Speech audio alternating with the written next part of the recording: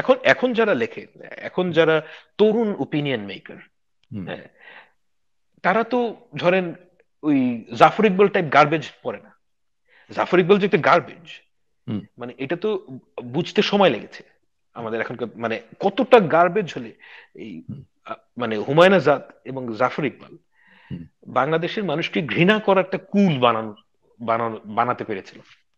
আচ্ছা, আমি খুব একটা ডাইরেক্ট প্রশ্ন করি, যে ফাহাম, মানে আপনার লেখা তো আমরা সবাই পড়ি, পছন্দ করি, আপনি কার কার লেখা পড়েন?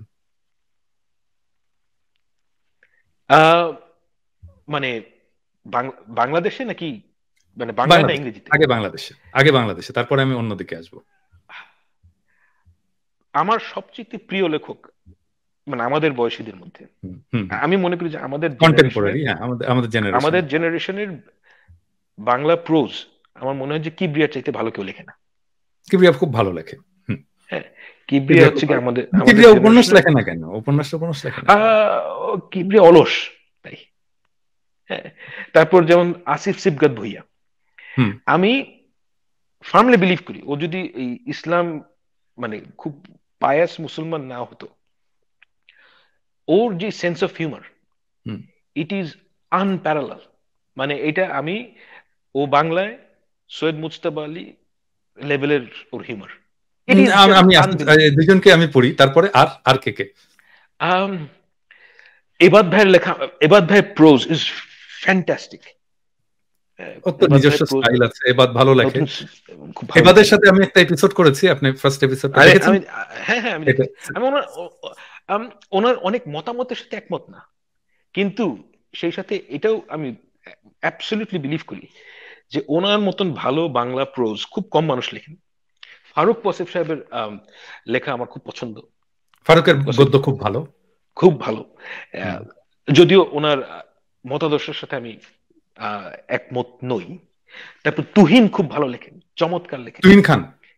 না, আহ, আরিফুজ্জামান, ও ফৌজদারহাট ক্যাডেট কলেজের। আমার কাছে মনে হয় যে বাংলাদেশে সংবিধান বিতর্কে এই ছেলেকে রাখা উচিত। He is just Arifuzzaman exquisite. Tuhin. Arifuzzaman Tuhin. Okay okay, ইয়েতে থাকতো, সাংবাদিক। না, he is just well read man. ও ও আচ্ছা আচ্ছা ইটাতে আচ্ছা থাকে। আচ্ছা, না না না না, পড়েছি পড়েছি পড়েছি পড়েছি, না, বুঝতে পেরেছি। সরি, আমি ইয়ে মিক্স আপ করে ফেলছি। আচ্ছা, হ্যাঁ, আরিফুজ্জামান তুহিন আমিও পড়ি। আর আম, ইসলামিস্টদের মধ্যে, আচ্ছা ইসলামিস্টদের আলাদা বর্গ করার পক্ষে আমি নই, একেবারেই হুম, না। তবু হুম। আমি জাস্ট বলার জন্য বলছি, শরীফ আবু হায়াত, ওর লেখা আমার ভালো লাগে। আচ্ছা, আমি চিনলাম না। আচ্ছা, তাহলে ডেফিনেটলি আমি পড়বো। তারপর আরো, আচ্ছা আমি কয়েকটা ছেলের নাম মনে করতে পারছি না। আমার দে আর একজন ভেরি প্রিয় গুড। লেখক আছে, আমি জানি না আপনি পড়েন কিনা, রকমনুর কথা শুনেছেন? ও yes yes yes, he is very good, he is very good, আপনি বাদ ওয়ান্ডারফুল। দিচ্ছিলেন জন্য আমি ভাবছিলাম যে কি ব্যাপার, না আপনি না কি না, পছন্দ রকমন। করেন? তারপর নায়েল ভাইয়ের লেখা আমার খুব ভালো লাগে। হ্যাঁ, নাইল। আর হুম। ইংরেজিতে গেলে অনেকে আছে, ইংরেজিতে গেলে রিফাত রিফাত হাসান। রিফাত ভাইয়ের লেখা আমি পড়ি, হ্যাঁ। আচ্ছা। আর আহ, তারপর আমার না মনে আসছে না ভাই, আপনি মানে হুট করে প্রশ্নটা করলেন তো, I was hmm. Not prepared. আমি যদি একটু চিন্তা করি, তারপর আমাদের না, আমার সচলায়তনের আমার সময়, বিশ্বাস যে মানে আপনি আপনি যাদের লেখা পড়েন এবং যারা আমাদের প্রিয়, তারা মাইন্ড করবে না, এটা তো আকস্মিক না প্রশ্ন। ঠিক না আছে। মানে আম, একজন লেখক ছিলেন সচলায়তনের, ভেরি র্যাপিড, হুম। হাঁটু পানির জলদস্যু। হি আচ্ছা। রোট এক্সকুইজিট হুম। বাংলা, আচ্ছা। Absolutely brilliant. হুম। এটা ব্লগ আমলে, ব্লগ জামালে। ব্লগ আমলের, ব্লগ হুম। আমলের। আমি ওনার মানে উনি আমাকেও খুব গালাগালি করতেন, কিন্তু উনি খুব ভালো লেখক, কোনো সন্দেহ নাই। খুব ভালো বাংলা প্রোজ। হুম। এটা হচ্ছে গিয়ে আহ, বাংলায়। আর আমি বাংলা বই কমই পড়ি, আহ, ইংরেজিতে আমি বেশিরভাগ বই ইংরেজিতে পড়ি। হ্যাঁ। কার কার লেখা পড়েন?